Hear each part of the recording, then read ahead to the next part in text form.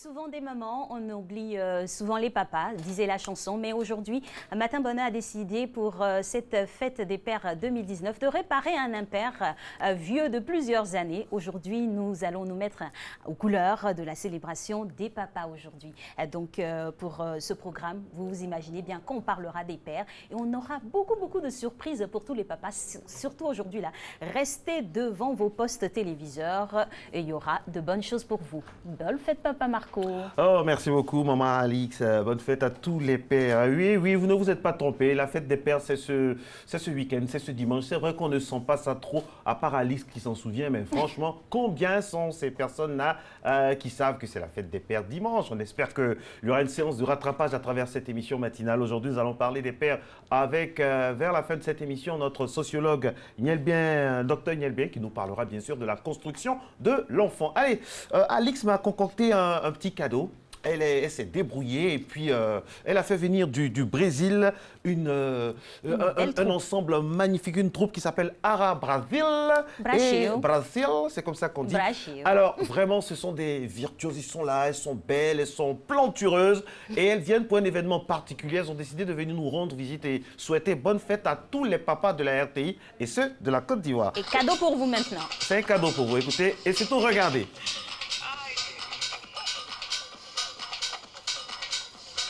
Mais elles doivent venir maintenant. Voilà, normalement, elles devraient elles être là. doivent venir, normalement. On a mis la musique, elles arrivent. Voilà, elles nous arrivent du Brésil et elles tournent dans le monde avec leur directeur de communication, Monsieur Dico. On va parler dans quelques instants de la musique samba. Vous aurez bien pu le remarquer, la musique samba, l'âme de l'Afrique au Brésil. Et voilà, le spectacle peut commencer maintenant. Bonjour, Marco. Bonjour. Hola.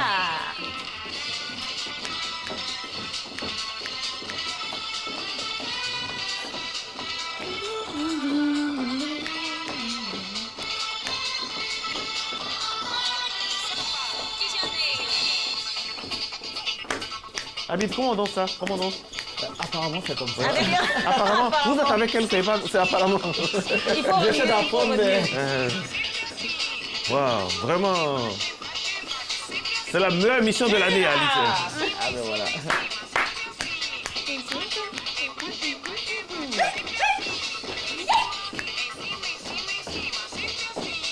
Alors, c'est pour tous les papas de Côte d'Ivoire, hein. Tous les papas, vraiment, afin que vous puissiez bien vous réveiller pour aborder ce week-end qui vous est dédié.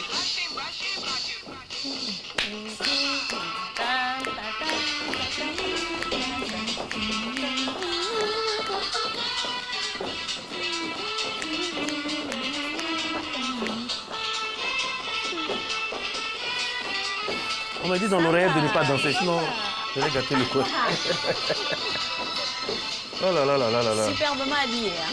On peut avoir un micro pour l'une d'entre elles, c'est possible?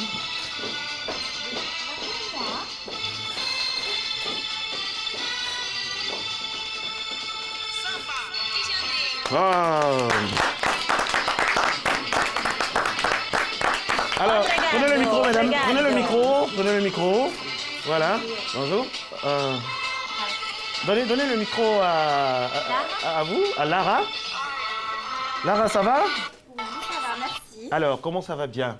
Ça va très bien. Vous Un aimez peu fatigué, on a dansé toute la nuit. Hein. Ah bon, vous avez dansé? Ah oui. Toute la nuit, où fête ça? a commencé déjà? Oui, au Georges V. Au Georges V, oui, vous êtes Pour là grâce l'anniversaire. pour l'anniversaire. Alors, vous venez du Brésil comme ça? Et oui, c'est ça. Ah bon, vous aimez la Côte d'Ivoire? On adore la Côte d'Ivoire. Est-ce On que est ça- bien accueillis comme au Brésil. Ok. Est-ce que vous savez que les jeunes filles en Côte d'Ivoire aussi savent danser comme on a le carnaval Ah bon? ici aussi? Oui. Ah, il faut nous montrer alors. Ah oui, non, on va vous montrer, on va vous montrer. Il faut nous montrer, elle me regarde. Alors, présentez-nous un peu Ara Brasil. C'est quel ensemble? C'est né quand et puis comment ça se passe? Alors, ça fait 6 ans qu'on travaille ensemble. On est sur Toulouse, en France, et sur Paris également. On est tout arrivé du Brésil. Et du coup, voilà, on s'est connus là-bas et maintenant, ça fait 5-6 ans qu'on travaille tout ensemble. Alors, vous avez présenté chacune.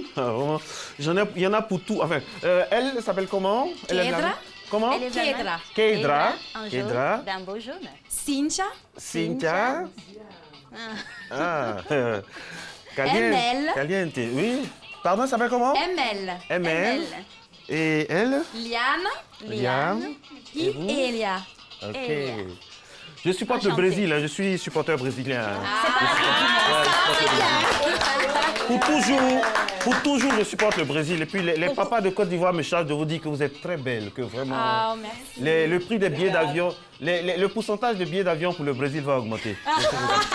Vous êtes là, vous partez pas. Hein. Tout à l'heure, vous allez venir encore. Oui. On vous laisse D'accord. partir. le revenir. temps de discuter avec Monsieur Diko. Merci beaucoup. Bien Merci. sûr. Alors, Monsieur Habib, c'est comme ça que vous êtes gâté là? Ah oui, depuis quelques jours, tout va bien. Ah, tout va bien, c'est vrai. Quand les femmes sont à côté, c'est sûr que ça va bien. Alix a prévu, Oui. à la fin de la saison, prendre une tenue, vous montrer que c'est une grande danseuse de samba. Ah ben d'accord. Oui, nous avons des potentialités sur ce Vous plateau. en faites des promesses On a- aux on a comme ça, téléspectateurs, alors. Monsieur Oui, Govoy. oui, parce que c'est son cadeau pour la fête des pères. Quoi. Ah oui, Parce voilà, que ça, elle ça, donne c'est de le sa meilleur personne. cadeau pour tous les pères de Côte d'Ivoire. Oui. On verra bien, on verra bien. Alors, ces dames de la compagnie Arabrachi, vous les avez emmenées ici à Abidjan. Exactement, Hein. oui. C'était pour un spectacle. Voilà, donc nous fêtons les 1 an d'existence de notre discothèque, dont je suis le directeur commercial. Donc le genre 5. Et voilà, donc pour les 1 an, on a voulu faire les choses en grand, les choses différemment. Elle nous a dit que ça avait commencé hier. Qu'est-ce qui s'est Voilà. passé hier? Donc hier, c'était un showcase privé à la discothèque et c'était le feu. Vous nous avez invités, voilà. on ne pouvait pas partir parce qu'on avait émission pour Ben le oui, matin. c'est Voilà. clair, Mais on se fallait rester rattrape, raisonnable. on se Bon, rattrape en ce même soir. temps, elles avaient le spectacle, mais elles sont venues quand même à Oui, suivre. absolument. On aurait pu venir On a eu ensemble. notre part. Mais on se rattrape Et ce tout le soir. monde aussi. Voilà. Alix, on se rattrape ce soir. Ben, avec plaisir. Donc voilà, c'est sur 3 jours, ça a commencé déjà dès hier nuit et ça se poursuit encore aujourd'hui et demain. D'accord. Alors, les danses qu'elle exécute, c'est la samba, c'est ça? La samba, oui. La samba, on nous dit, c'est l'âme de l'Afrique parce qu'il y a beaucoup de similitudes entre les deux cultures. Oui, exactement. L'âme africaine du Brésil. Oui. Elles le disent depuis qu'elles sont là, ce sont les mêmes percussions, les mêmes rythmiques, donc voilà. Les ça mêmes fait- vibrations. Exactement. ça, Alors, c'est- le Georges V, si on peut se faire un petit bilan. 1 an, qu'est-ce qu'on a eu? Quels ont été les moments forts du Georges V? Bah, 1 an, il y avait l'ouverture déjà, qui était grandiose. Ensuite, pour une discothèque qui maintenant est très réputée, très connue, qui s'est rapidement fait une place dans le milieu de la nuit. Il y a eu les fêtes de Noël, il y a eu plein d'événements comme ça qu'on a organisés. On a plusieurs concepts pour toujours changer. La pour clientèle est hétéroclite, homogène? Comment ça se passe? Exactement, Il y en a la de clientèle, il y a d'un certain standing, mais il y a de tout, une clientèle responsable qui vient s'amuser. J'aime ça, une clientèle responsable. C'est sûr Exactement. que la sécurité est garantie, c'est sûr qu'on se comporte bien. Exactement. Il n'y a pas de palabre, de dispute. Il n'y en a jamais eu. Il n'y en a jamais eu. Voilà. C'est que les gens de la sécurité doivent être vraiment impressionnants. Ils sont impressionnants, ils sont très professionnels. Au-delà de ça, la qualité aussi des personnes qui viennent, donc ça va de soi. Que... Exact. Alors, qu'est-ce que vous avez prévu pour ce week-end-là? Parce que le week-end ne fait que commencer pour les papas notamment et pour tous les invités qui vont passer par le Georges V. Bah donc, le carnaval de Rio s'est déplacé à Abidjan. On a vu Depuis ça. hier nuit, ils ont commencé à mettre le feu. Et là, déjà, toute la ville en parle depuis hier nuit. Le showcase Il y a une privé. parade, tout ça, aux alentours du Georges V? Demain, vous en saurez plus. Ah non, il Avec faut- On vous prévoit une grosse il faut surprise donner quelques pour ce prémices soir. Et demain, on vous d'information. prévoit une grosse surprise. Une grosse Là, c'était le showcase privé. Les choses étaient un peu plus soft, même s'il y avait quand même, ça bouillonnait. Mais là, à partir de ce soir, Et ce sera ouvert au grand public. au grand tout le public, monde ce soir, peut au grand venir. public, oui, tout le monde pourra venir. D'accord. D'accord. Vous restez avec nous pendant ce temps. Nous, on va danser la samba, mais d'une autre façon, à un niveau fitness, avec D'accord. notre coach. On Oui, a un c'est coach aussi ici. une danse, hein. D'accord. C'est un grand amateur de samba. Je sais que de chez lui à la maison, il est en train de regarder les Brésiliens et il a envie de courir. Vous venez nous rejoindre, mais c'est ça. C'est plus lui ça, qui nous coach. invite là-bas. C'est ça, coach. Il y a des avantages d'être sur le plateau et tout ça, ça fait partie du métier. Il y a parfois où le métier a du bon. Allez, coach, c'est à vous maintenant, de loin.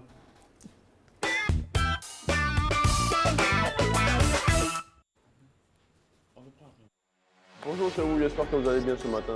2 exercices pour renforcer les bras et vos abdos. Premier exercice qu'on va faire, c'est en prenant appui sur ce support. Donc vous pouvez prendre appui sur le rebord d'un lit, sur une chaise et tout autre support qui est surlevé. Deuxième exercice, on va changer de position, le mettre ici pour faire des rotations et d'autres exercices. Donc on va modifier au fur et à mesure les exercices pour vos abdos. Donc cet exercice n'est pas changé, il reste le même. Donc on va faire des dips pour commencer. On va commencer par échauffer nos bras. Donc je vous conseille de faire une petite rotation des bras rapide. Allez, 1, 2, 3, on va à 10 répétitions par séance. 5, 6, 7, 8, 9, 10, on change de sens. 1, 2, 3, 4, 5, 6, 7, 8, 9, 10. 8 répétitions par exercice. D'accord? Donc on va commencer, on va poser les mains, décoller le bassin, redresser le dos, fléchir que les bras et pousser pour monter. 1, 2, on va à 8 répétitions. 3, 4, extension complète à la fin. 5, 6, 7 et 8. Parfait. On va faire une rotation. Je vais faire une rotation pour mieux vous montrer le prochain exercice. Je vais rester en position assise, poser les pieds au sol, arrondir légèrement le dos, de sorte à sentir une tension dans mon ventre. Faire une rotation de gauche à droite. 1, 2, 3, 4, 5, prenez tout votre temps. 6, 7, 8, parfait. On repart pour les dips, sans attendre, jambes fléchies. Si c'est trop facile, vous pouvez tendre les jambes, ça revient même, mais ça augmente la difficulté de l'exercice. Allez, 8 répétitions. 1, 2, 3, 4, 5, 6, 7 et 8. Parfait. Deuxième exercice, on va faire des sit-ups. Donc le quatrième exercice pour les abdos, les sit-ups.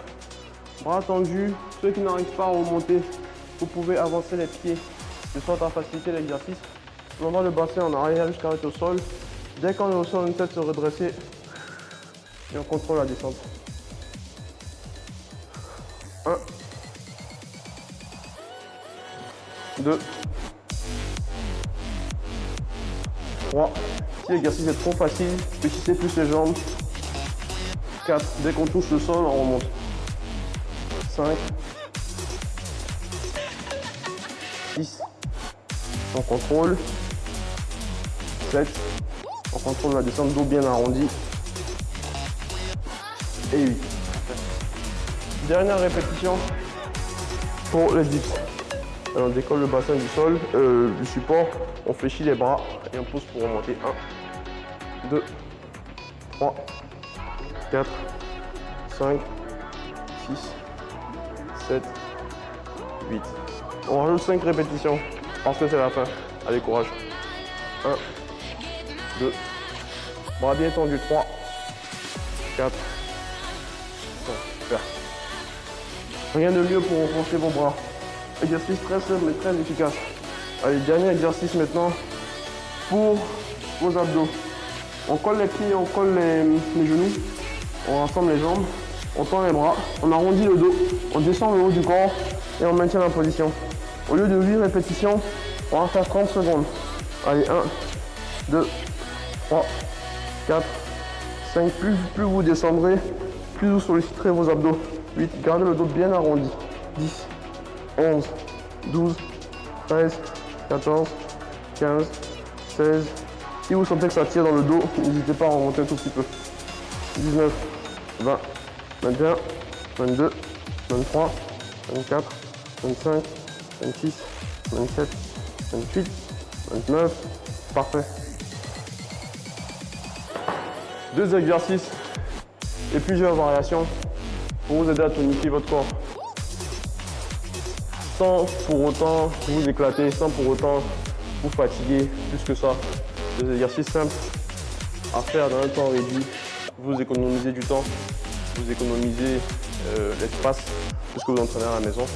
Vous économisez de l'argent et c'est tout bénéfice. C'est beaucoup de bénéfices qui vous aideront à avoir un beau corps simplement et sans forcer. Donc je vous souhaite de passer une belle journée. Restez actifs, retenez ces exercices, refaites-les à la maison et à très bientôt. Au revoir. Retour sur le plateau Alix avec notre ami Habib qui nous parle du Georges V, partenaire, la RTI est partenaire bien sûr du Georges V, c'est pour ça que nous avons le plaisir de discuter avec lui comme ça de l'anniversaire de cet établissement de nuit qui fait bien, qui fait de bonnes choses avec une invitation de la troupe Arabrachil qui est avec nous au son de la samba.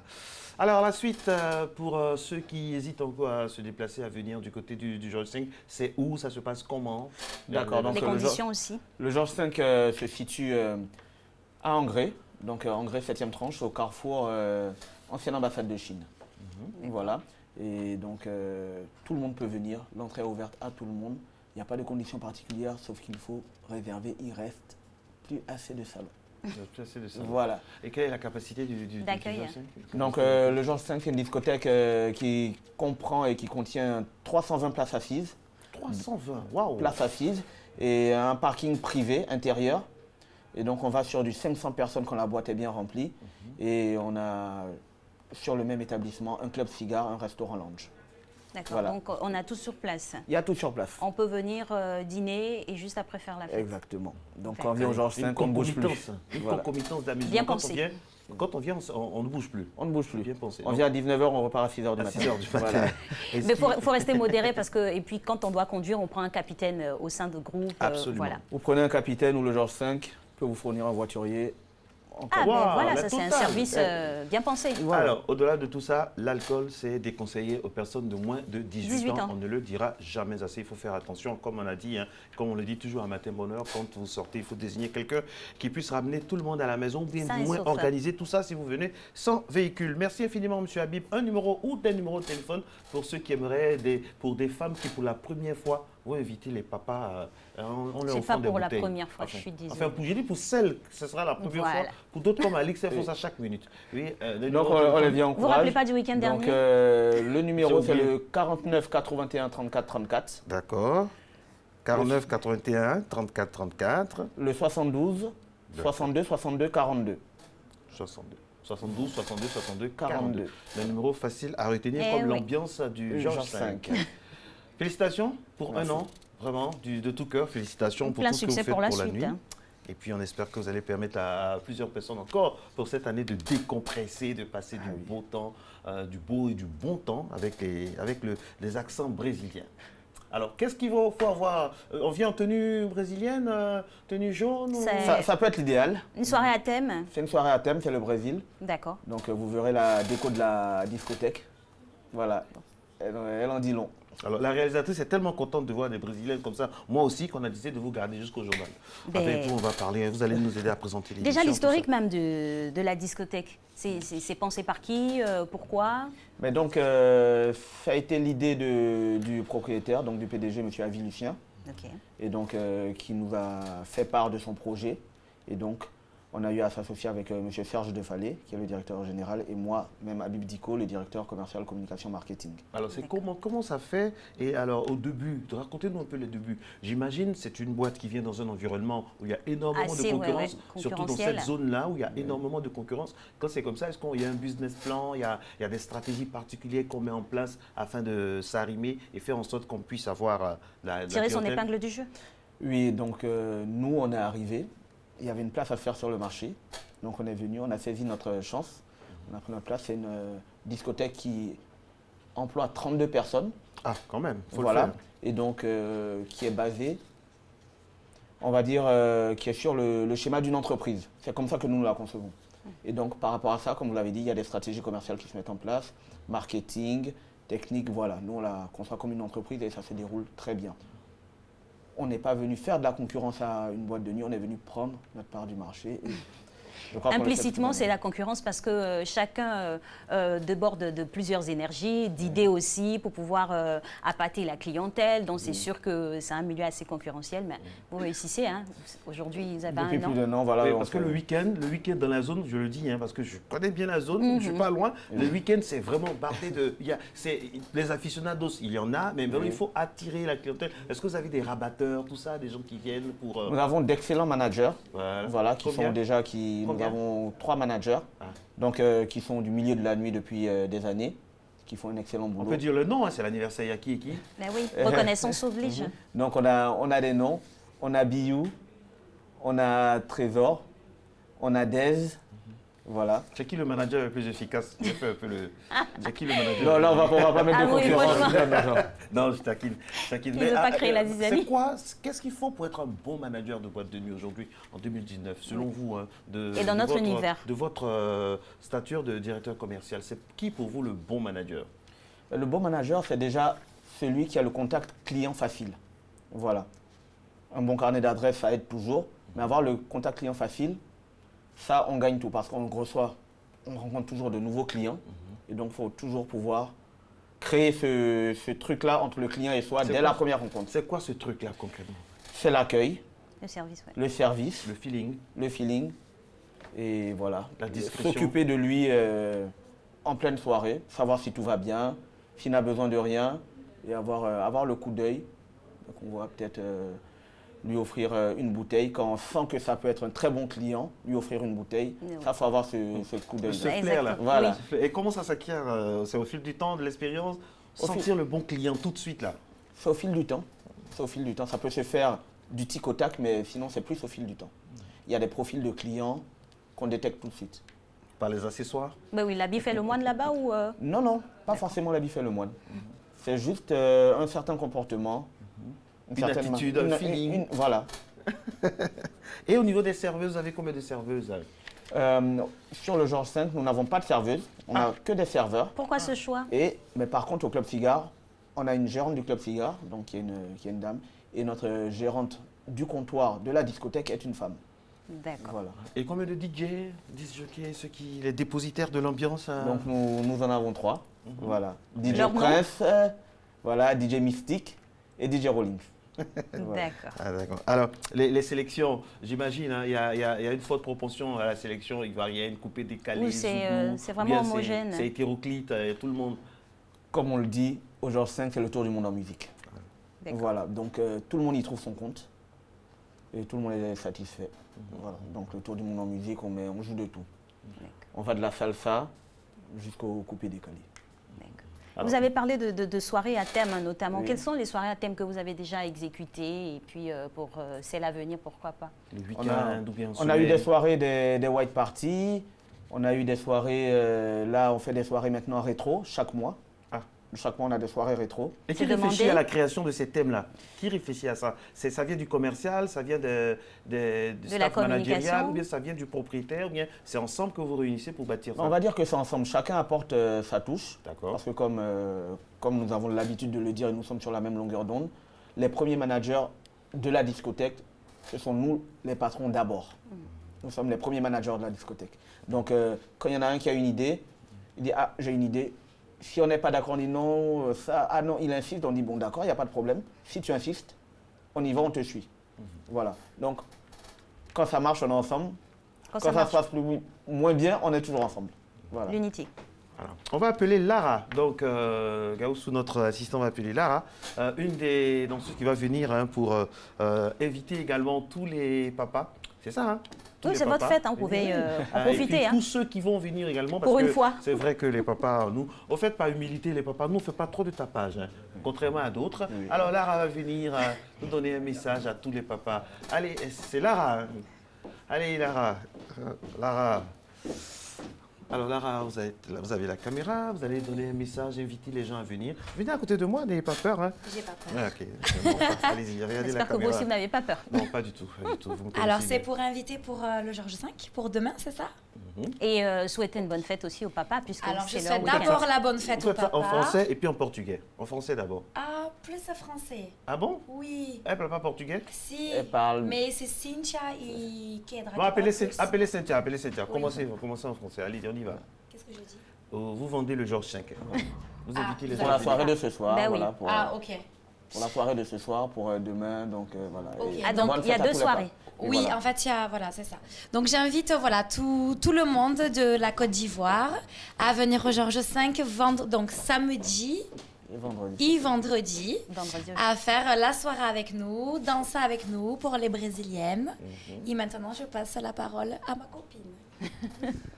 Bom dia! Eu convido todos vocês, aos pais maravilhosos, a vir ao Georges V hoje e amanhã para passar um bom momento com nós, brasileiras, na presença dessa equipe maravilhosa do Georges V. Obrigado. Obrigada a vocês. Obrigada. Merci beaucoup, merci bien. Obrigada. Merci beaucoup, merci à vous, Cynthia et à Lara.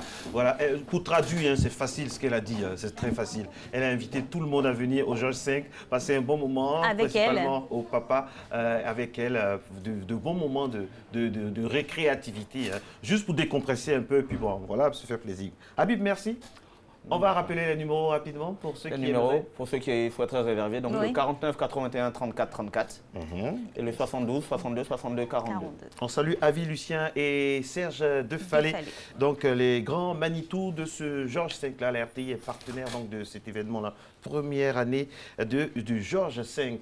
Alix, on y va maintenant pour la météo d'abord et puis le dernier flash, le seul unique avec Mr. Friday.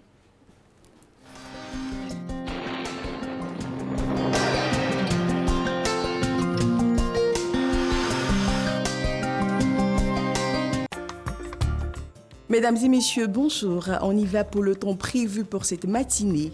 Au sud du pays, on observera en cours de matinée un ciel généralement nuageux avec des pluies localisées. Partout ailleurs, le temps sera généralement nuageux. Pour les températures prévues pour cette matinée, on notera 25 degrés à Abidjan ainsi que dans la ville d'Adiaké. 24 degrés s'affichera dans plusieurs villes, notamment Bondoukou, Boaké, Daloa, Dimbokro, Gagnoa, Korogo, Man ainsi que dans la ville de Odiéné. La ville de San Pedro affichera 25 degrés également pour la ville de Sassandra. On notera 26 degrés à Tabou et enfin 24 degrés dans la ville de Yamoussoukro. Dans l'après-midi, les régions du littoral et du sud forestier seront intéressées par des passages de nuages denses qui occasionneront de la pluie en milieu ou en fin de période. Au nord, à l'ouest ainsi qu'à l'est du pays, la fin d'après-midi sera marquée par des orages isolés et des averses de pluie. Cette situation favorisera des passages de nuages accompagnés de pluie au centre du pays. On y va pour les températures prévues pour cet après-midi. On notera 31 degrés à Abidjan ainsi que dans la ville d'Adiaké, 32 degrés pour trois villes, Bondoukou, Boaké et Daloa. La ville de Dimbokro affichera 34 degrés, la région du Gor 32 degrés, 34 degrés s'affichera dans la ville de Korogo, la ville de Man affichera 33 degrés, la ville de Odiéné affichera 34 degrés, on notera 31 degrés pour deux villes, San Pedro et Sassandra, la ville de Tabou affichera 30 degrés et enfin, on aura 31 degrés dans le district de Yamoussoukro. Merci de nous avoir suivis, excellente journée à tous.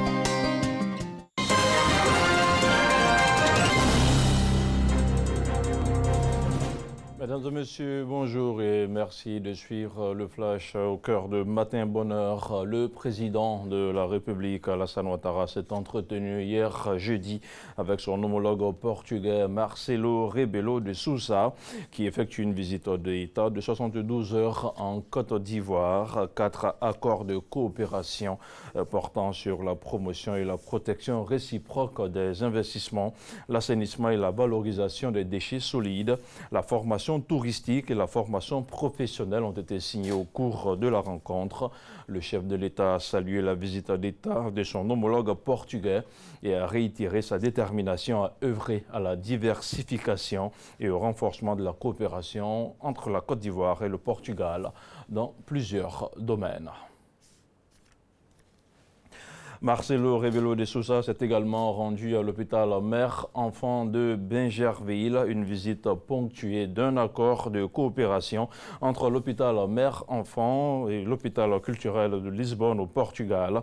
Un accord portant également sur un don de médicaments d'un montant de 70 millions de francs CFA offert par un laboratoire portugais a également été signé. Je vous propose d'écouter un extrait de la déclaration de la Première Dame et du président portugais. Excellences, Monsieur le Président, à travers votre visite de ce jour, vous témoignez de ce que nous partageons cet idéal, à savoir la santé et le bien-être des populations, particulièrement les femmes et les enfants. À cet effet, je souhaiterais vous remercier de la signature de ces 2 conventions signées avec votre pays et exprimer ma gratitude à M. Antonio Portela, président du groupe Bial, ainsi qu'à M. Vitor Paulo da Costa Sereno, ambassadeur du Portugal en Côte d'Ivoire, représentant le directeur général de l'hôpital de Lisbonne. Je me réjouis que la coopération qui naîtra de la signature de ces accords permettra sans nul doute d'aider à endiguer la mortalité du couple mère-enfant en Côte d'Ivoire, comme vous l'avez si bien réussi dans votre pays. Je souhaiterais également vous remercier pour le don de médicaments d'une valeur de 70 millions de francs CFA qui permettront de soigner les nombreux patients démunis que nous recevons chaque jour ici. Excellence, Monsieur le Président, je ne saurais clore mon propos sans vous réitérer ma gratitude tout en vous souhaitant un beau séjour en Côte d'Ivoire. Je comprends très bien la signification de votre geste. Cet hôpital, cette œuvre, ce rêve, cette mission qui n'a que démarré. Plus de 400 personnes travaillant ici. C'est un monde, gérer ce monde. Et des centaines de mères qui arrivent et des enfants qui arrivent. On les a vus. Mais en même temps, espoir. Et j'ai entendu dire, on coopérait avec les Français, on va maintenant coopérer aussi avec les Portugais.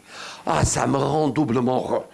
Alors vous savez ce qu'on fait aussi de très bien chez nous, en tant que médecin, d'infirmière, de gens qui travaillent et travaillent tous les jours, chaque jour. On va mettre ensemble nos efforts. Parlons à présent de sécurité alimentaire. La 2e édition des Agri-Days, le salon de l'industrie, sinon de l'agro-industrie et de l'environnement, se tient à Abidjan. Pendant donc 72 heures, il va réunir des acteurs nationaux autour du thème sécurité alimentaire et protection de l'environnement. Ce salon, initié par l'Association ivoirienne des sciences agronomiques, entend favoriser les bonnes pratiques en matière de transformation agricole. On en sait plus avec Noël Niagno. Comment permettre aux Ivoiriens de manger à leur faim, de diversifier la nourriture tout en évitant la dégradation de l'environnement? La question est au centre de cette Agri-Days 2019. La 2e édition de l'agro-industrie et de l'environnement initiée par l'AISA, Association ivoirienne des sciences agronomiques. Pendant 3 jours, acteurs de l'agro-industrie, experts, enseignants, décideurs vont réfléchir à trouver les moyens pour la promotion d'un développement durable et d'une sécurité alimentaire en Côte d'Ivoire. À cause du changement climatique, on a un problème de déficit alimentaire, on a un déficit de l'eau même pour produire l'aliment. Et donc ce salon permet donc de trouver à long terme comment produire intelligemment. Avec moins d'eau, avec moins de pesticides, avec moins de produits chimiques. Production vivrière et développement agricole durable, contribution des femmes à la sécurité alimentaire, valorisation des sous-produits et déchets agricoles. Bref, à ce salon, aucun sujet ne sera laissé de côté. Tout sera abordé pour motiver suffisamment les acteurs afin de mettre la Côte d'Ivoire à l'abri du besoin alimentaire. Ouvrons à présent le chapitre de l'information sur le continent africain, République démocratique du Congo. La coalition Lamouka se retire momentanément du Parlement. Elle proteste contre l'invalidation du mandat de ses députés. L'annonce a été faite par Martin Fayulu, candidat malheureux à la dernière présidentielle. La Cour constitutionnelle a en effet invalidé le mandat d'une vingtaine de députés de l'opposition au profit des partisans de l'ex-président Joseph Kabila. Pour Martin Fayulu, la justice a été instrumentalisée à des fins politiques. Il a également promis d'organiser une série de manifestations pour protester contre la décision de la Cour constitutionnelle. Au Mali, les autorités ont limogé mercredi le gouverneur de la région de Mopti dans le centre du pays. Un limogeage qui fait suite à l'attaque perpétrée le 10 juin dernier contre les populations du village de Sobaneda dans la commune rurale de Sanga. L'attaque, selon un dernier bilan des autorités, a fait 35 morts, dont 24 enfants. Les premiers chiffres faisaient pourtant état de 95 morts. Le président de la République, Ibrahim Boubacar Keïta, a également déclaré un deuil national de 3 jours à compter de jeudi sur toute l'étendue du territoire national en hommage aux victimes. Les drapeaux seront mis en berne sur tous les bâtiments et édifices publics pendant toute la durée du deuil. Et tout près du Mali, en Algérie, l'ancien Premier ministre Ahmed Ouyahia a été placé mercredi sous mandat de dépôt par un juge d'instruction de la Cour suprême. Ahmed Ouyahia a été longuement auditionné par le juge en charge de l'enquête sur l'homme d'affaires Maïeddine Takout avant d'être mis en examen pour plusieurs chefs d'inculpation. Il devrait être transféré à la prison d'Al-Arash où sont déjà incarcérés plusieurs hommes d'affaires inculpés dans le cadre d'enquêtes sur des affaires de corruption présumées. Au Cameroun, l'attaque menée dimanche dernier dans la localité de Darak, dans le nord du pays, par le groupe nigérien Boko Haram a fait 18 morts, a indiqué jeudi la force multinationale mixte FMM, une coalition régionale qui lutte contre le terrorisme. Dans son bilan des victimes, la FMM fait état de 10 militaires tués et 8 blessés, ainsi que 10 civils, sinon 8 civils tués et 1 blessé. Selon la force régionale, 64 terroristes de Boko Haram ont été tués et 8 capturés. De son côté, le ministère de la Défense camerounais a fait état d'un bilan de 24 morts, dont 16 militaires et 8 civils. 64 combattants de Boko Haram neutralisés, ajoute cette source. Et hors du continent africain, en France, à Lorient, plus précisément, 1 millier de personnes participaient hier jeudi à la marche blanche en hommage aux 2 enfants renversés par un chauffard. La passagère du véhicule s'est rendue à la police dans la nuit de mercredi à jeudi. Le conducteur, lui, est toujours recherché. Je rappelle qu'un garçon de 10 ans a été tué dimanche lors de l'accident et son cousin de 7 ans, grièvement blessé par le chauffard, en fuite. Je vous propose d'écouter quelques réactions. Je pense que tout le monde connaît le fait que Zidane était mon idole étant petit et le fait qu'il soit entraîneur du Real. Voilà, bien sûr, ça. Les services de police du commissariat de police de Lorient ainsi que de la direction interrégionale de la police judiciaire de Rennes ont été co-saisis dans le cadre de ces investigations pour donc faire les actes d'investigation dans cette enquête qui a été ouverte en flagrant délit, des chefs de refus d'obtempérer, délit de fuite, conduite sans assurance, conduite sans permis de conduire, mais surtout homicides et blessures involontaires aggravées par les circonstances de la violation manifestement délibérée d'une obligation particulière de sécurité et de prudence, ainsi que du délit de fuite. Et ces faits-là font encourir à son auteur une peine de 10 ans d'emprisonnement. On termine avec du sport, du football. Le capitaine des Diables Rouges a été présenté aux supporters du Real Madrid hier jeudi au stade Santiago Bernabéu après avoir passé sa visite médicale. Moins d'une semaine après l'officialisation de son transfert au Real Madrid, Eden Hazard, avec 40 à 50 000 fans présents, a égalé l'affluence de la dernière grande recrue du Real. Il s'agissait du Colombien James Rodriguez en 2014 qui avait attiré quelques 45 000 curieux, mais il reste loin derrière Cristiano Ronaldo, accueilli en 2009 avec 75 000 supporters. Pour l'ancien joueur de Chelsea, l'objectif est clair, il veut gagner des titres avec sa nouvelle formation. On l'écoute. Je pense que tout le monde connaît le fait que Zidane était mon idole étant petit et le fait qu'il soit entraîneur du Real. Voilà, bien sûr, ça a joué, mais il n'y a pas que ça non plus. C'est quelqu'un d'important pour le club. Mais mon rêve, c'était de jouer pour ce club. Donc voilà, après, la position, c'est pas moi qui décide, c'est le coach. Mais j'ai toujours aimé jouer sur le côté gauche ou voire en numéro 10. Donc c'est les deux positions sur lesquelles je peux jouer. Après, si je dois jouer quelque part à une autre position, je le ferai avec plaisir. Et voilà, c'est ici que l'on s'arrête pour ce flash. Merci à vous tous qui l'avez suivi. L'information continue sur le www.rti.ci. Merci, Mr. Friday. Mr. Friday, merci. C'est le week-end pour vous, ça démarre? Ouais, le week-end il démarre, mais tout en travail. Bonne fête, papa. Et pour le dimanche, vous merci. avez des prémices d'information? Ça se prépare comment pour la fête des pères? Non, j'ai rien prévu de spécial. Vous, mais dans la maison, vous n'entendez pas. Il ne peut pas savoir. Non, mais si, quand on se connaît. Souvent, on prend notre propre argent pour nous faire des cadeaux. Mais Marco, franchement, nous sommes habitués. ne soyez pas si. On attend les débardeurs et puis les. Et puis les chocotos. Non, mais nous, à Matin Bonheur, on sait faire la différence. Donc, bon oui, Mr. Friday aura déjà un cadeau pour la fête des pères. Oui, j'ai plein de tours dans mon sac. Donc, on va lui offrir ça de la part de toute l'équipe. Bonne fête, papa. Alix. Et voilà. Merci beaucoup. Voilà. Idiot, arrête-toi ici. Un papa qui vient de temps en temps, et moi-même le papa, je suis ici là. Ne soyez pas pressé, cher père. Ah d'accord, ok. Comme elle insiste. Ben, merci, je suis gâté. Ok, au revoir. Il a eu son cadeau. Pas de jalousie. Là. Diminuer mes cadeaux. Tous les cadeaux. Merci Abdou. Merci. Bonne fête à vous. Nous, entre pères, on se fera. Oui, on se fait la passe. On se fera la passe. On ne vous a pas dit de sortir jusqu'à pas d'heure.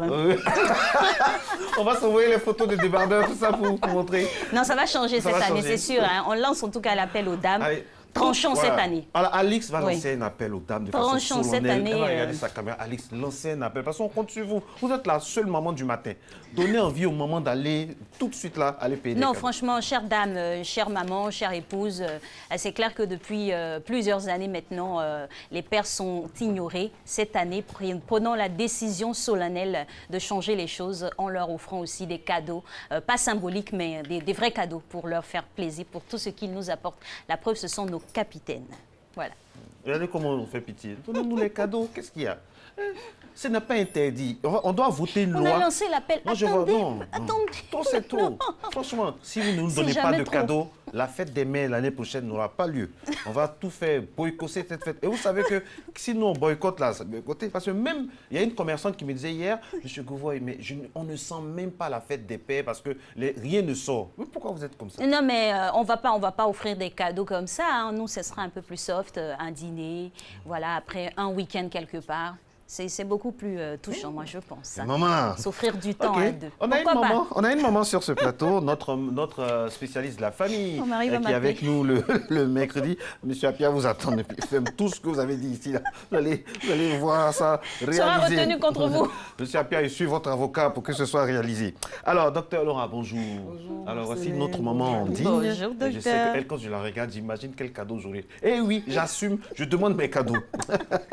Docteur Laura, vous êtes là pour nous parler d'un thème assez sérieux, parce qu'on sait bien que nous sommes dans la spirale de la fête des pères, mais il faut le dire aussi, la stérilité masculine prive certaines personnes de la paternité et ça peut briser tout un couple, d'où le thème aujourd'hui, comment faire face à la stérilité masculine au sein du couple. Tout à fait, Marcelin. En général, les gens confondent l'infertilité et la virilité. Alors, ce qu'il faut dire, il faut différencier ces deux concepts. Parce qu'un homme peut tout à fait être viril, avoir une vigueur sexuelle normale et être infertile du fait de la composition de son liquide spermique.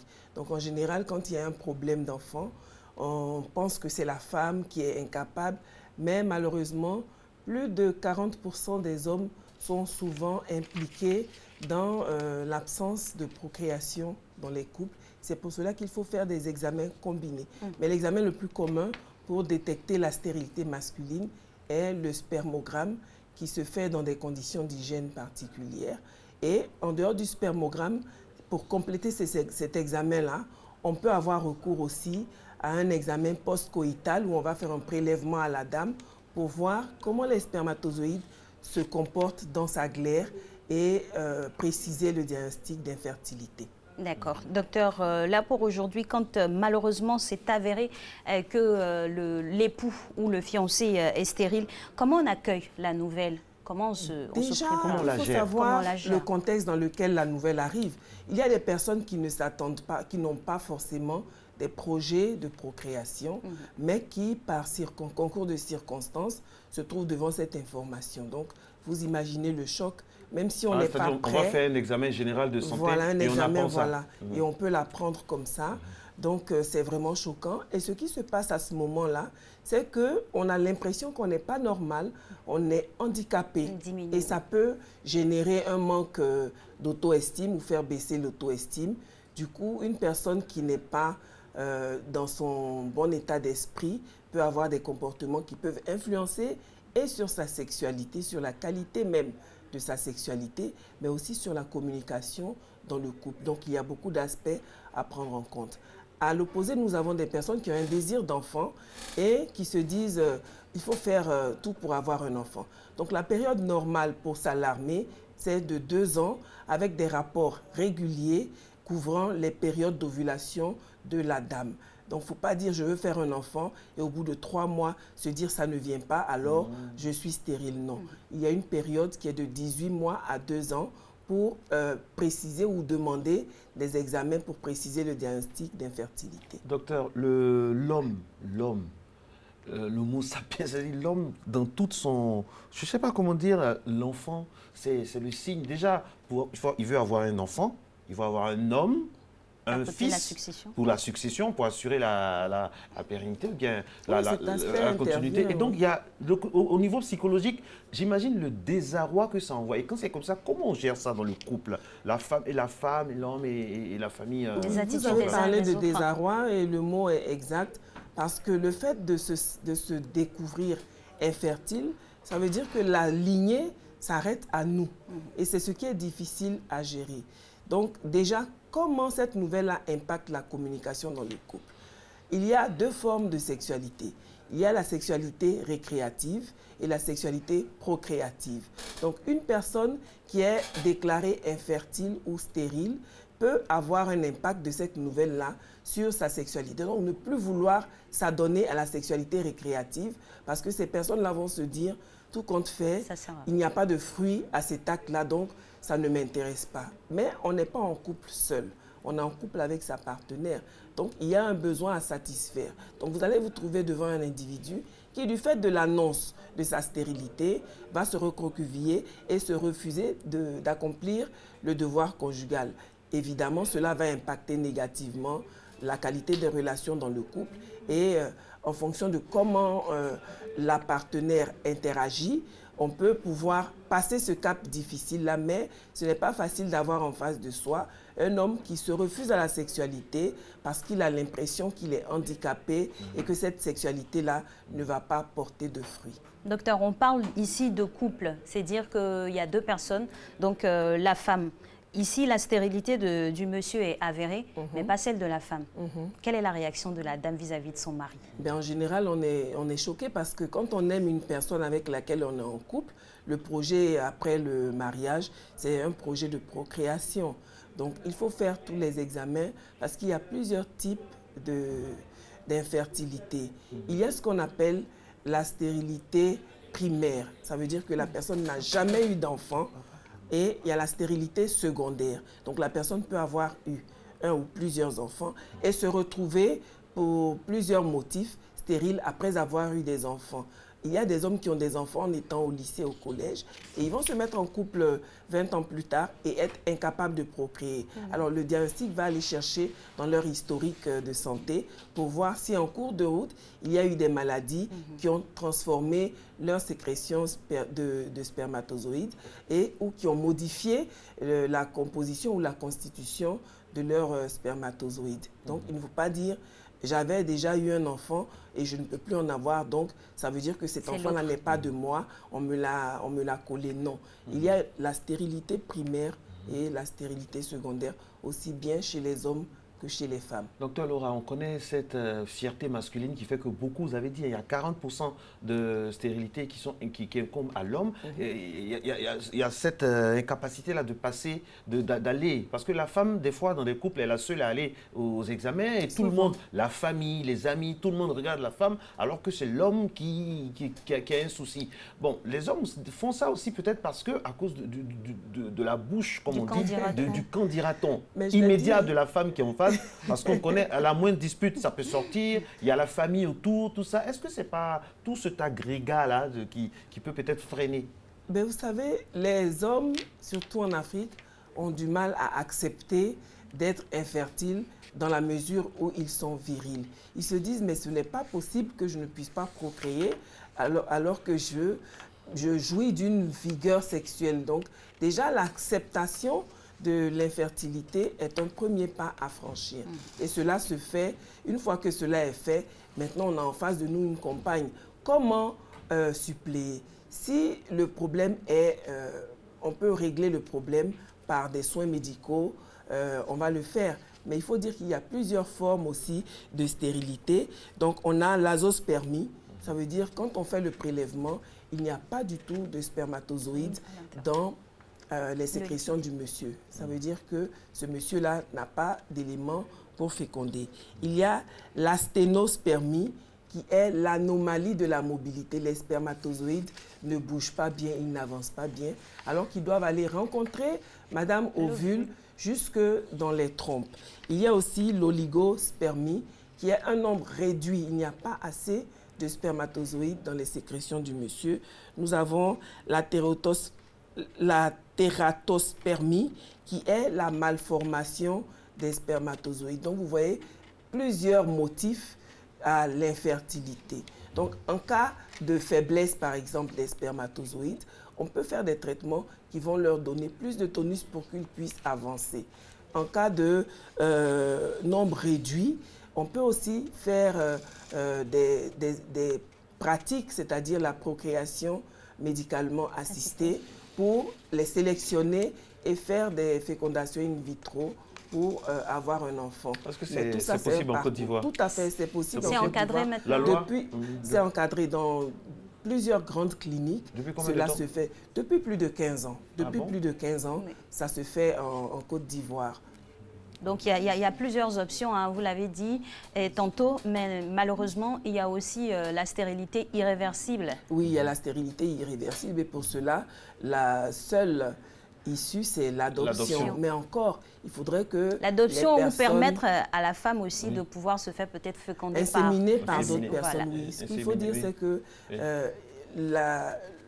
le fait de prendre le spermatozoïde d'un homme pour inséminer la femme, ça demande aussi un parcours du couple. Psychologique surtout. Psychologique, tout à fait. Parce que l'homme va se dire, il y aura un enfant, il ne sera pas de moi. Ça peut ressortir à la moindre dispute. Tout à fait. Alors, il va falloir faire un suivi avec des personnes spécialisées pour que l'acceptation se fasse pour compenser les défaillances du monsieur en termes de fertilité. En Côte d'Ivoire, il n'y a pas de, à ma connaissance, il n'y a pas de banque de sperme à proprement parler où on va congeler les prélèvements et les inséminer plus tard. Donc les prélèvements en général se font à frais et dès que le prélèvement est fait, on va le mettre dans le circuit, examiner, traiter, tout ça avant d'arriver à l'insémination. Donc quand on va faire l'insémination, il faut dire que ce n'est pas parce qu'on vous a inséminé que ça va tout de suite marcher.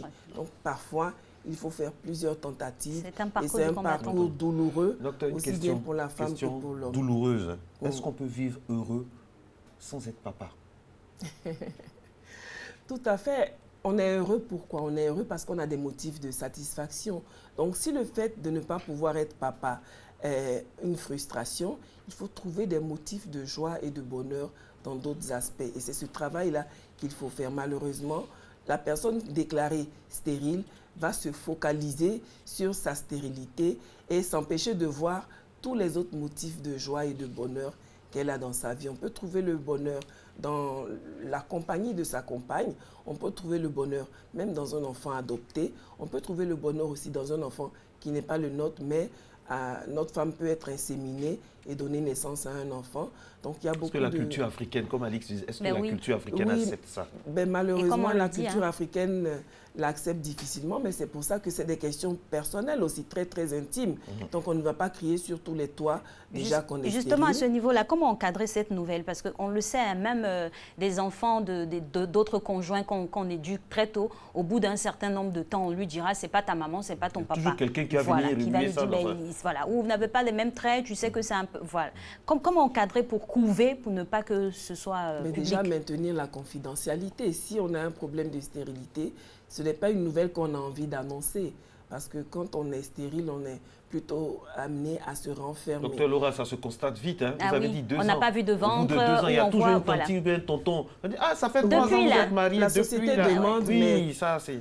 Il y a toujours dans une famille un tonton, je m'excuse. Papato, voilà, qui va toujours vouloir venir. Mon fils, il n'y a pas de bruit dans la maison. Tu es encore dans tes robes plaquées, là, tes jupes plaquées, je veux voir des marinières. Mais c'est la confidentialité. Et il y a même des personnes qui adoptent des enfants. Et autour de cette adoption-là, on met en place tout un protocole pour ne pas que les gens se rendent compte que ce n'est pas l'enfant du couple. Donc, il y a certaines personnes qui quittent leur lieu d'habitation. Il y en a qui vont s'absenter longtemps, il y en a qui vont se cacher un peu. Et qui reviennent avec un bébé. Et ce qu'on ne dit pas, c'est qu'on ne dit pas souvent, il y en a qui se suicident. Hein. Il y en a qui se suicident, il y a des cas de suicide. Malheureusement, et c'est en cela que l'accompagnement prend toute sa valeur. Il ne faut pas rester cloîtré chez soi quand on a une nouvelle de cette envergure. Il faut se faire accompagner par des psychologues parce que l'accompagnement peut permettre de faire le deuil de la fertilité qu'on n'a pas et aussi de faire des choix palliatifs, c'est-à-dire accepter l'enfant de l'autre conjoint s'il en a ou accepter d'avoir d'autres enfants avec l'intervention d'une tierce personne. Et le rôle de la spiritualité dans tout ceci.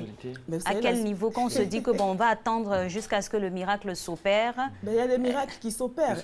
Il y a des miracles qui s'opèrent, mais ce qu'il faut dire, c'est que j'ai entendu parler de beaucoup de cas de stérilité où le problème, la durée, résidait dans le fait que le diagnostic n'avait pas été bien fait. Donc il y a une dame qui, par exemple, a cherché à avoir un enfant pendant 15 ans et le problème, c'est que l'examen post-coïtal ne s'était pas fait. Alors que le problème, c'était que son mari avait des spermatozoïdes qui n'avançaient pas bien. Mais en plus, la femme avait une glaire de mauvaise qualité qui faisait barrage à l'avancée des spermatozoïdes. Il faut pousser les examens. Donc, il faut pousser les examens et prendre le temps de tous les faire. Parce que si on ne fait pas tous les examens... Il ne faut pas s'arrêter à un seul examen qui vous décourage. Il faut approfondir parce qu'on ne sait jamais. Même le spermogramme, en fonction de l'état de santé du monsieur, en général, on demande un test de contrôle 1 mois après. Parce que si vous avez pris des médicaments, ils peuvent agir sur votre production de spermatozoïdes ou sur la qualité même des spermatozoïdes. Donc, il y a toujours un spermogramme de contrôle qui est demandé pour préciser le premier diagnostic. Docteur Laura, la société africaine réglait ce genre de déconvenus là dans nos villages. Il y avait une manière de régler. Bien sûr, il y a ce qu'on appelle l'hypocrisie sociale parce que le fait de dire je suis stérile, on va tout de suite être indexé. Oui. Alors en fonction des familles, il y avait des arrangements ou en fonction même des couples, il y avait des arrangements où madame allait se faire féconder par quelqu'un de fertile et attribuer la grossesse à son mari. Ça se fait même encore de nos jours. Donc ce sont des mesures, des solutions qu'on trouve, mais je veux dire, la parentalité, le fait de pouvoir procréer ouvre l'espoir de la survie de notre lignée. Et c'est en cela que c'est vraiment très très traumatisant, mais il y a des mesures palliatives et la science fait chaque fois des progrès pour accompagner les personnes infertiles. Donc si vous êtes déclaré stérile, ce n'est pas la fin du monde. Approchez des spécialistes pour qu'ils vous fassent déjà les bons examens, tous les examens, et qu'ils vous accompagnent dans le choix définitif à l'issue de tous ces examens-là. Et dans toujours cette même lancée, parlons de l'adoption, aussi un travail psychologique s'impose pour pouvoir accepter un enfant qui n'est ni de sa femme ni de soi-même pour l'aimer comme il le faut. Tout à fait, mais l'adoption, en fait, ce que les gens ne savent pas, c'est que ce n'est pas le fait d'avoir donné la vie à un enfant qui fait qu'on s'attache. Il y a beaucoup d'enfants adoptés qui donnent autant d'amour que des enfants biologiques. Donc il ne faut pas avoir peur pour dire est-ce qu'on va se comprendre, est-ce que je vais l'accepter, est-ce que je vais l'aimer. vous ne pouvez pas imaginer le bonheur que c'est d'avoir un enfant qu'on a adopté quand on a fait tout le parcours et qu'on ne peut pas procréer soi-même. Il y a beaucoup d'enfants qui ne demandent que ça, à être adoptés. D'ailleurs, on ne fait pas l'adoption aussi facilement qu'on le dit. Il y a des enquêtes préliminaires qui sont faites pour pouvoir évaluer la capacité des parents candidats à l'adoption à gérer un enfant adopté. Okay. Merci beaucoup, Dr Laura. Comme le disent les anciens, nul ne connaît son père, sa mère à sa naissance. Hein, c'est très bien dit, ça trouve tout son sens ici. Merci infiniment. Et puis, bonne fête à tous les papas. À tous les papas, bien sûr. On va parler toujours des papas, vous l'avez remarqué, mesdames et messieurs, avec le côté sociologique pendant qu'on installe notre dernier invité. Il s'agira bien sûr de Dr Lil Nicaise Nielbien qui nous parlera bien sûr de la construction du père, le rôle du père dans la construction de l'enfant. C'est un thème très d'actualité, surtout que nous célébrons les papas aujourd'hui. La stérilité, ça... C'est pas évident. Hein, oui, c'est pas évident, mais Dieu merci qu'il y a des solutions palliatives pour pouvoir être parent et puis se porter bien, être épanoui dans sa vie de couple. Comme dit Jean-Paul Sartre, le regard des autres. C'est le regard qu'il faut essayer de dompter. Voilà. Il faut surpasser cette étape-là et puis se dire que quand on est heureux en famille, c'est déjà l'essentiel de toutes les façons. Que ce soit bon, que ce soit mauvais, il y aura toujours des personnes pour critiquer. Il faut que le couple se blende lorsqu'il y a ce genre de nouvelles-là qui arrivent. Et puis, est-ce que les examens avant le mariage, tout ça... C'est préconisé. Je pense que c'est à ces dessins-là qu'on préconise de faire les examens avant le mariage. Mais généralement, il faut dire qu'on les fait de plus en plus. Parce que quoi qu'on dise, des fois, on a des enfants même avant le mariage. Donc, voilà. Et puis, on se dit, il y en a qui ne veulent pas le faire parce qu'ils ne veulent pas d'informations qui va décourager ou bien bouleverser le plan qui était déjà préétabli. Donc, voilà. Bonne fête, papa Nicaise Nielbien, Dr Nielbien. Bonne fête, papa, à vous. Bonne fête. Bonne fête à vous. C'est notre fête. Hein? C'est notre fête. On aura encore nos débardeurs, nos... Oui, non, ça va changer. Ne soyez pas pessimiste. Vous avez d'autres idées de cadeaux qu'on nous donne on a des montres, par exemple. On a des gourmettes. Mais à la fin, on se retrouve on prend notre propre argent pour acheter nos cadeaux. Exactement. Non, mais il y a tellement de polémiques autour de cela. Comment on préfère ne pas faire du bruit. Quel est votre meilleur souvenir, vous, avec votre père? Mon meilleur souvenir avec mon père, malheureusement, j'étais en Europe, je n'étais pas en Côte d'Ivoire. C'est quand une Française est arrivée, elle a rencontré mon père par hasard parce qu'elle animait un projet. Et mon père a sorti mon DEA que j'avais eu à une mention et elle a dansé devant lui. Ce que je n'aurais jamais imaginé que mon père puisse faire. C'est le meilleur souvenir, mais par procuration, par transposition. Ça reste déjà dans les mémoires. On a une thématique et puis on a... Et bien évidemment, on va y aller pour notre capsule qui parle bien sûr des papas.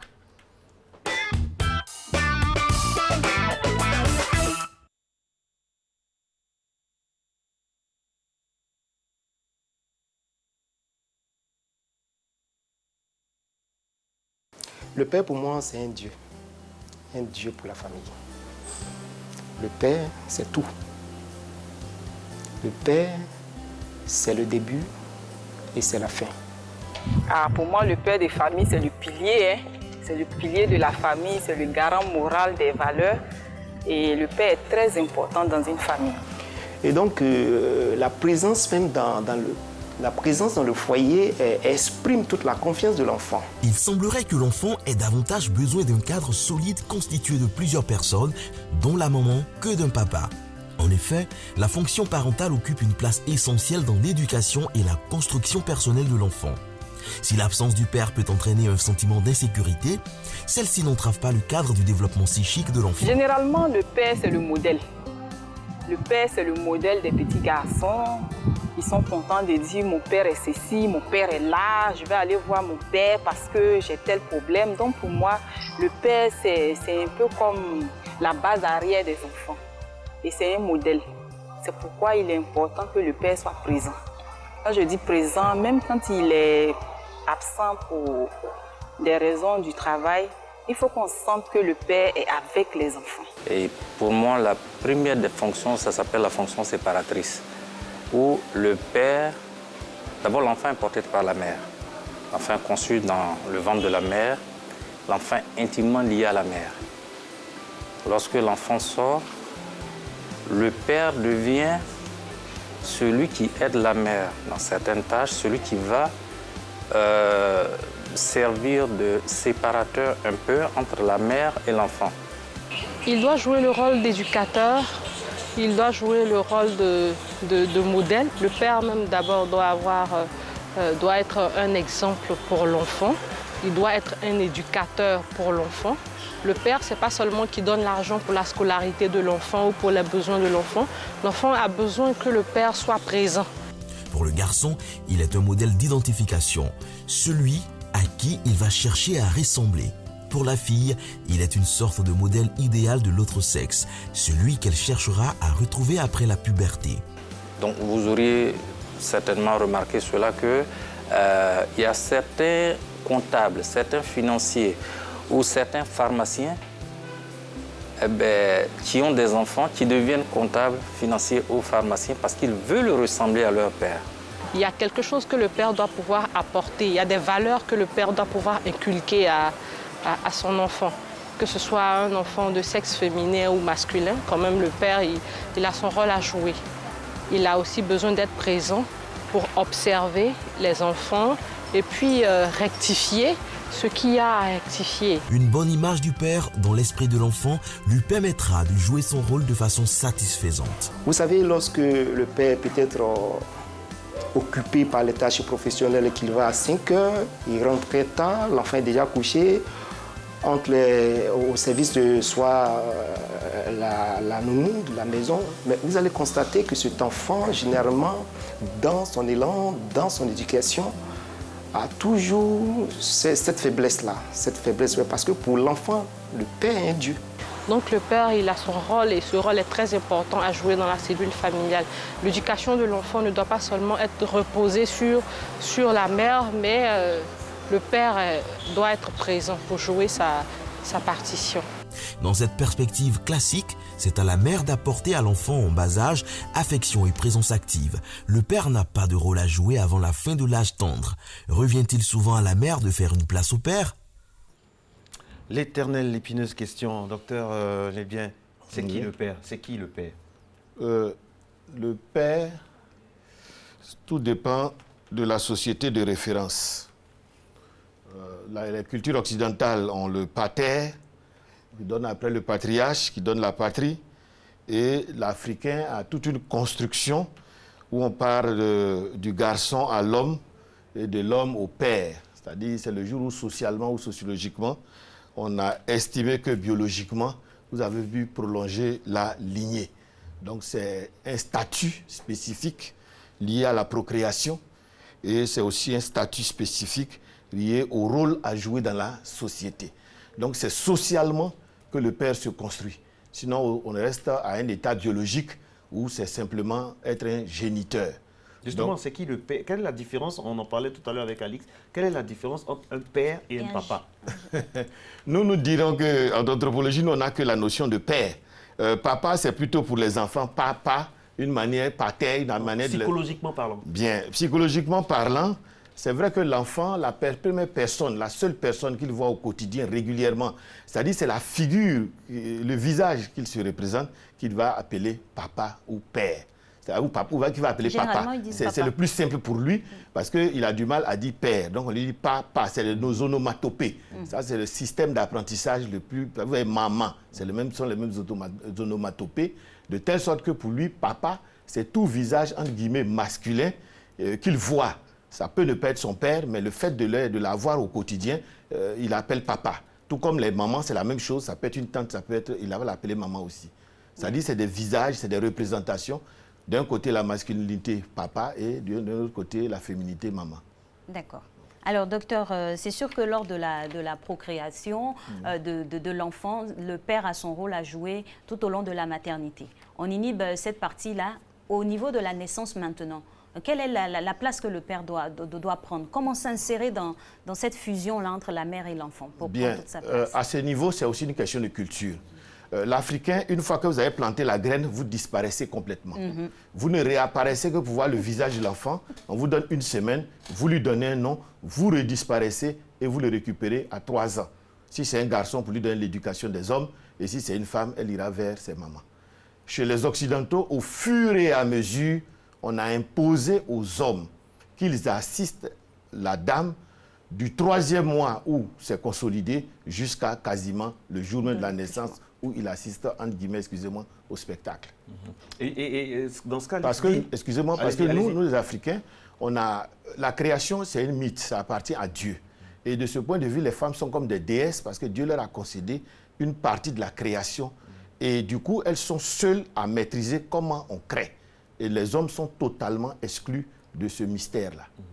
Et c'est tellement vrai ce que vous dites que dans la société occidentale, quand le bébé arrive, on le met sur le sein de sa mère et aussi celui de son père. Oui. C'est de plus en plus habituel. Chez nous ici, ce que vous avez dit, hein, il sort peut-être parfois le papa est dans la salle d'attente ou bien en train de fumer ou bien en train de... C'est que les factures qui lui arrivent. Oui, il pense aux factures de la clinique, de l'hôpital, tout ça. C'est toute une éducation à revoir. Hein, pas vraiment. Pourquoi? Parce que nous regardons l'enfant comme l'adulte futur. Nous qui, Africains? Nous, Africains. Okay. Ça veut dire que quand l'enfant naît, on regarde le sexe. Si c'est un garçon, on sait que ça sera l'arrachage, ça sera la séparation. C'est un futur dur, entre guillemets. Et le dur ne montre pas ses émotions. C'est aussi la question de montrer ses émotions ou pas.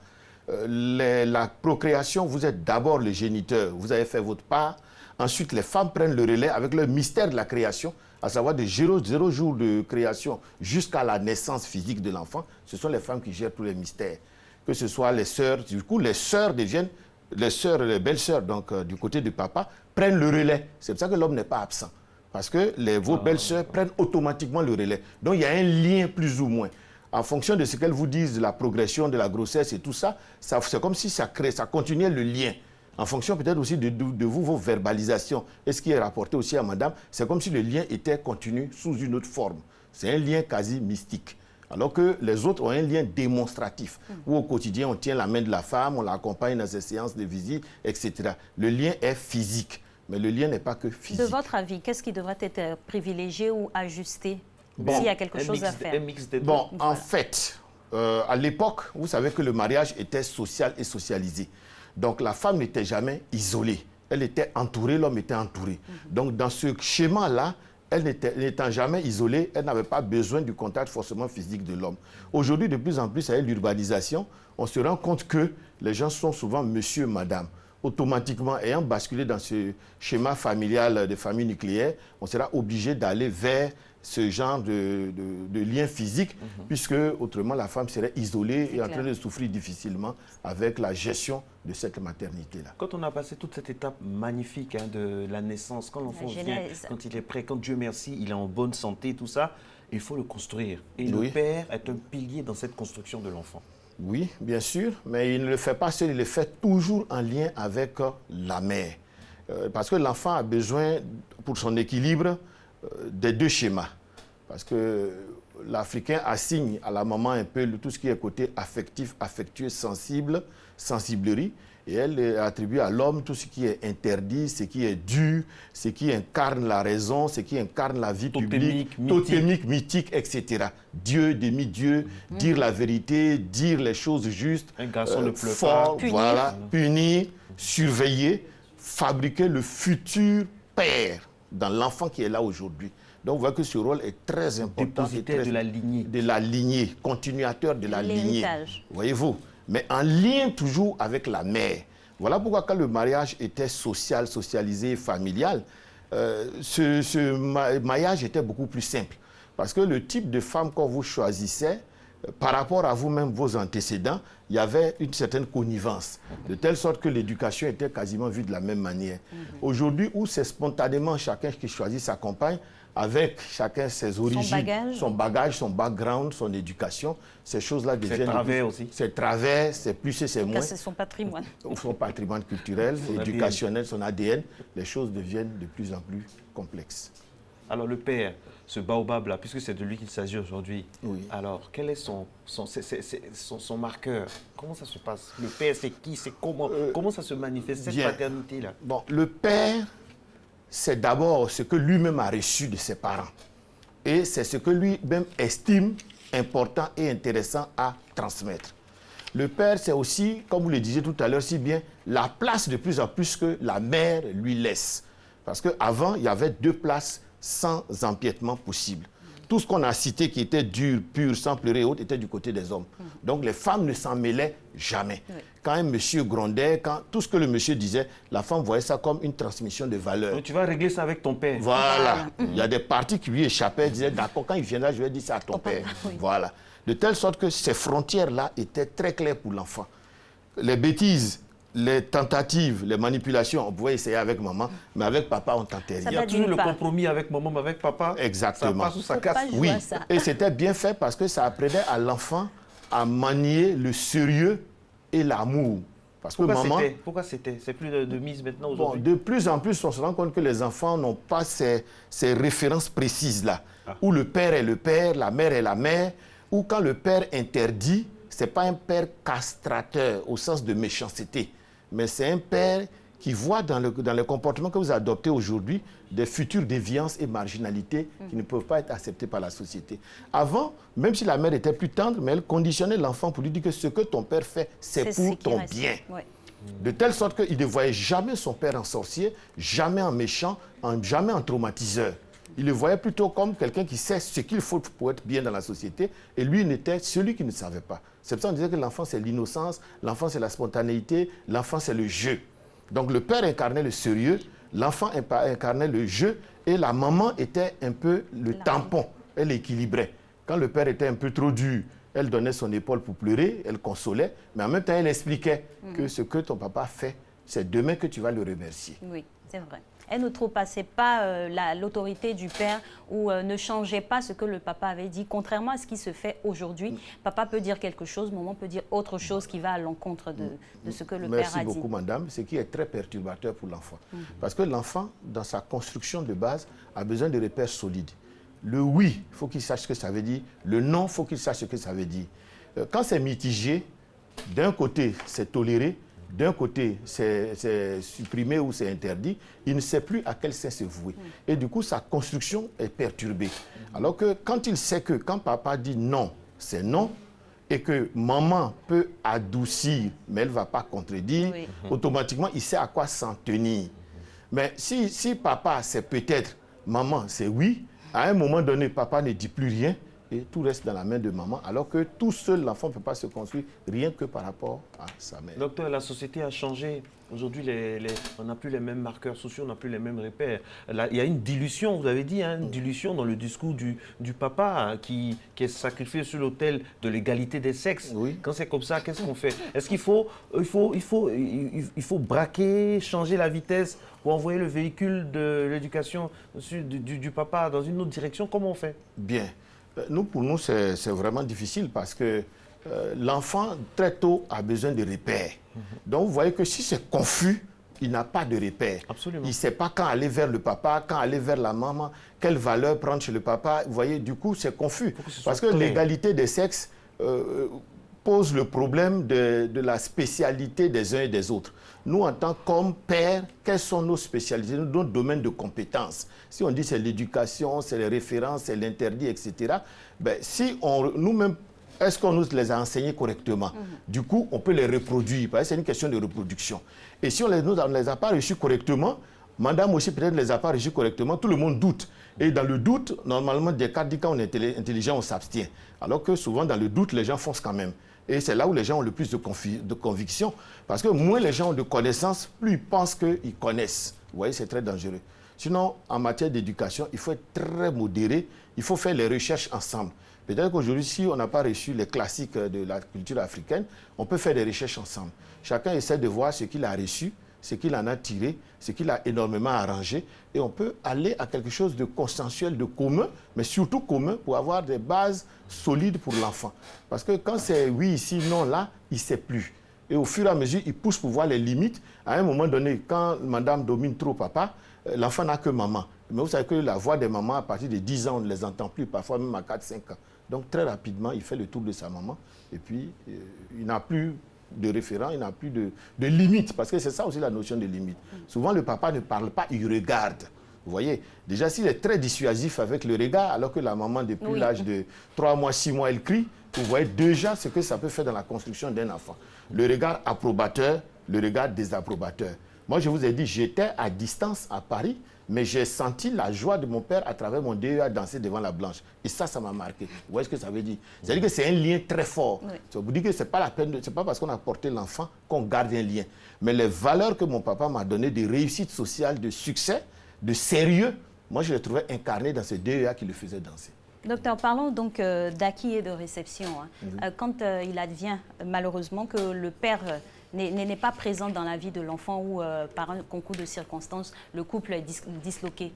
Comment maintenir quand même sa présence dans la vie de l'enfant pour le construire et lui apporter ce qu'il faut? Il y a deux réponses. La réponse africaine, il n'y avait que le père social. Ça fait que même s'il disparaît à l'issue d'un décès ou d'un divorce, etc., automatiquement, les frères, les sœurs des paternels ou naturellement les frères et les sœurs de la maternelle jouent le rôle parce qu'il lui faut la figure masculine. Voilà. Donc nos oncles maternels, ce que les Blancs appellent les oncles maternels, mais que nous on appelle selon les systèmes matrilinéaires nos papas, les vrais papas sociaux qui font les sacrifices pour nous, ou selon les systèmes patrilinéaires, ce qu'on va appeler nos frères. Donc, ils prennent automatiquement le relais. C'est-à-dire que l'Afrique a toujours réglé la chose de telle sorte que maman ne disparaisse jamais, papa ne disparaisse jamais. Parce que c'était pris collectivement, collégialement, à la limite même, votre mère biologique pouvait être là et c'est une tante qui vous donne à téter. Votre père biologique pouvait être là, c'est un autre qui vous donne la correction. Parce qu'on prévoyait ces cas de disparition. Le jour où vous n'êtes pas là, automatiquement, l'enfant ne sent aucun vide, voyez-vous. Et aujourd'hui, nous sommes en ville, malheureusement, vous avez raison. Quand les séparations se produisent, la situation est extrêmement compliquée. Pourquoi? Parce qu'il y va de la maturité du couple. Parce que souvent, les gens ont tendance à se servir des enfants comme un moyen de manipulation et de chantage. Vous voyez que là, l'intérêt supérieur de l'enfant est totalement sacrifié. Docteur, dans ce cas de figure-là, très important, le rôle de la maman est très déterminant parce qu'il ne faut pas construire dans la mentalité des enfants une monstruosité du père, ce que j'appelle une monstruosité ambiante. Il faut garder les fondamentaux qui font que l'enfant a besoin de la masculinité requise pour s'épanouir. Exactement, vous avez raison. Mais c'est lié aussi, vous avez raison, hein, ça c'est l'idéal. Mais dans la réalité, c'est ce qu'on appelle un phénomène de transfert. Si monsieur vous a fait suffisamment mal jusqu'à ce que vous vous quittiez, quand vous regardez l'enfant, c'est comme psychologiquement, voilà, inconsciemment, c'est comme si vous voyez encore le père. Voyez-vous? Donc ça fait que toutes les mamans, ce serait l'idéal de laisser l'enfant en dehors de cela et de lui donner le cadre de reconstruction avec le père, soit biologique, soit sa famille, etc. Mais si la maman aussi n'a pas été suffisamment épaulée, qu'elle n'est pas suffisamment solide, ça devient un réflexe. Chaque fois qu'elle verra l'enfant, elle verra le monstre, voyez-vous? Parce que tout dépend aussi comment le processus de séparation s'est plus ou moins conduit. Parce que si c'est au bout de 5 ans, 10 ans, elle a espéré, elle a tenté de recoller les morceaux, etc., vous voyez que l'espoir est toujours à la hauteur de la haine. Si elle a mis beaucoup d'années pour accepter cela, se sacrifier, le jour où c'est fini, elle se rend compte que tout ça n'a servi à rien, automatiquement, dès qu'elle verra l'enfant, malheureusement, ça sera encore un motif de déception, de perte de temps, etc. Donc, sans même le faire exprès, c'est un phénomène de transfert. C'est à cause de toi que je souffre, c'est à cause de toi que je n'ai pas été heureuse, puis qui sait même c'est à cause de toi qui m'as quitté. Bon, vous voyez, donc l'enfant est totalement diabolisé, le père est monstruisé, et du coup, tout le monde sort perdant. En fait, c'est un schéma, vous avez raison, il faut que la mère reconstruise l'enfant et se reconstruise aussi. Elle redonne sens à sa vie. Parce de façon objective. Tout à fait. Sinon, après, tout est négatif. Le père est diabolisé, comme vous dites, l'enfant aussi est diabolisé, la maman elle-même ne se retrouve pas. Parce qu'elle du coup, elle n'a ni mari, ni enfant. Parce que l'enfant aussi se replie sur lui-même, puisque c'est l'objet de... Normalement, ce genre d'enfants, on pense plutôt vers le parent qu'on déteste le plus. Ça dépendra. Il y en a qui disent que les filles pencheront toujours vers l'homme. Il y en a qui diront que ça dépendra. Mais à ce tout dépendra aussi, vous avez raison, mais depuis quand le travail de SAP a été entrepris et comment ça a été entrepris? Parce qu'il y a des gens qui arrivent, qui ne sont pas matures et qui ont une manière de raconter les choses où ils ont tout le temps raison. De telle sorte que si l'enfant très tôt il est intoxiqué, en même temps c'est fait aussi avec peut-être des petits cadeaux, des petits chantages. Tu peux regarder la télé, une certaine permissivité. Et comme l'enfant aime bien le côté mou des choses, il aura tendance, sans savoir qu'on lui fait du chantage, on veut qu'il passe de ce côté-là, à peut-être se faire avoir. Mais à ce niveau-là, docteur, il y a toujours dans l'évolution de l'enfant un moment où il aura les deux versions. Oui. À partir de cet instant-là, quand il a les deux versions, quelle est son approche, quel est son comportement, comment il doit se comporter vis-à-vis de tel parent ou d'un autre parent? Bien, il y a lui-même déjà ses souvenirs. On pense qu'à partir de 3-4 ans, ça dépend quand la séparation s'est faite. Les enfants comprennent, hein? Oui, voilà, justement. Oui. Comprennent. Hein? Ils ont leur propre opinion. Oui, ils ont libre arbitre. Voilà. Vous Après, c'est tranché, c'est tranché. Voilà, vous avez beau expliquer, vous avez beau les tirer de votre côté, mais eux-mêmes ont leur vécu dans cette affaire-là. Ils ont l'intensité des moments, soit petits, hein, soit-il, hein, qui passent avec le Après, voilà, ils tamisent et puis... Voilà, et puis ils essaient de faire des choix pour se construire. Et c'est même mieux pour eux, parce que si très tôt ils ont compris que la vie de papa et maman n'est pas ma vie, ils vont chercher à se reconstruire. Faire eux-mêmes leur propre vie. Voilà, le deuil sur les parents. Parce que si mes parents deviennent toxiques, au sens où ils veulent régler leur compte sur moi, mon dos, je ne suis pas obligé d'accepter cela. C'est la meilleure décision. C'est la meilleure décision. Parce que votre vie est propre à vous. C'est vrai qu'on se réfère, les parents sont des référents dans le cadre de la protection, de l'encadrement et des repères solides. Mais si c'est le contraire qui commence à se passer, prions Dieu pour que le plus tôt possible on soit mature pour commencer à faire nos propres choix. Se protéger soi-même. Docteur, dernière question. C'est qui un bon papa? Oh là là, ça c'est dit socialement. Hein. En Afrique, un bon papa... Que ce soit en Afrique de façon mixte. Bon, de manière mondiale, on dira un bon papa, c'est celui qui assure la meilleure réussite sociale à son enfant. Il pense à l'avenir. Il projette, voilà. C'est-à-dire dans 15 ans, 20 ans, 30 ans, 40 ans et jusqu'à la mort, on demande qui a éduqué celui-là, qui est son père, qui lui a donné les bonnes valeurs. C'est clair. C'est ça la grande réussite pour un papa. Merci de la beaucoup. Naissance à la mort. Bonne fête des pères à vous. Merci. Je sais que vous êtes un papa. Ce qui me plaît chez docteur, c'est que vous êtes un papa qui allie la carotte, le bâton, la carotte occidentale, le bâton africain. Et franchement, vous le faites si bien. Merci Vraiment, beaucoup. Bonne fête à vous, Merci beaucoup. Papa Yelvé Niké. Merci de beaucoup. la part de vos enfants, ils m'ont dit de vous le dire, qu'ils sont fiers de vous. Merci parce que vous êtes beaucoup. un papa bien, papa bon. Merci et beaucoup. aussi un bon papa aussi pour l'équipe de la matinale Merci dans la sociologie. beaucoup. Merci. Merci beaucoup. Merci pour ces compliments. Bonne fête à tous, mais il y a des mouvements là. Bonne fête à tous les papas. Docteur, ne partez pas. Ah d'accord. On a décidé d'offrir des cadeaux à tous les papas. Vous voyez, vous avez le plus gros. Il fallait juste attendre. La patience, ça paye toujours. Bonne fête. Vous savez que je suis patient quand même, vous savez. Oh là là. Et bonne fête à vous. Merci beaucoup du fond du cœur. Merci beaucoup. Merci pour tout. Merci. Pour cette marque d'attention. Ben voilà, c'est terminé. Que il y a une Dieu enveloppe. vous bénisse. Alix a mis une enveloppe dedans. OK. Vous Que aimez Dieu ça? vous bénisse et que vous Merci. accompagne pour tout. Merci Et infiniment. sachez que comme papa, je suis très fier de vous et de tout ce que vous faites. Oh, merci Chaque fois beaucoup. que je passe ici, les gens m'appellent et ils me disent combien de fois ils vous font des bénédictions. Amen. Merci papa. infiniment. Merci papa. Ben voilà, papa, c'est terminé. La meilleure manière de parler des papas, c'est une femme. Alors, Alix, la conclusion? Ben, on vous aime, cher papa. Vous êtes très important pour nous dans notre vie. On espère que vous vous porterez bien et puis que la fête sera magnifique. Bon week-end à tous et célébrons les papas. Un bisou, un bisou. Bye bye.